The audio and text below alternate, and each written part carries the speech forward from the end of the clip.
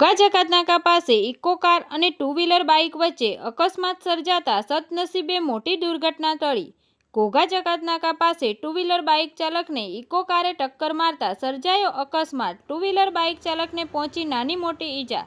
Eco કારે two wheeler bike ચાલકને અડફેટે લઈ ઇકો કાર ચાલક ફરાર થઈ જતા તાત્કાલિક ઘોઘા પોલીસ દ્વારા ઇકો કાર ચાલકને ઝડપી લીધો। સમગ્ર બનાવ અંગે પ્રાપ્ત થતી વિગતો અનુસાર ઇકો કાર ચાલકનો ડ્રાઈવર નશાની હાલતમાં હોવાનું પણ જાણવા મળ્યું હતું।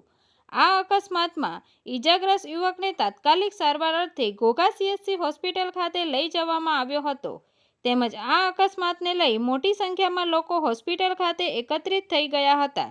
આ સમગ્ર બનાવ અંગે ઘોઘા પોલીસ દ્વારા કાયદેસરની કાર્યવાહી હાથ ધરવામાં આવી છે। તંત્રી મહેબૂબ રફાઈ સાથે news reader Sneha Patel, Tapasvi Gujarat news, Ghogha.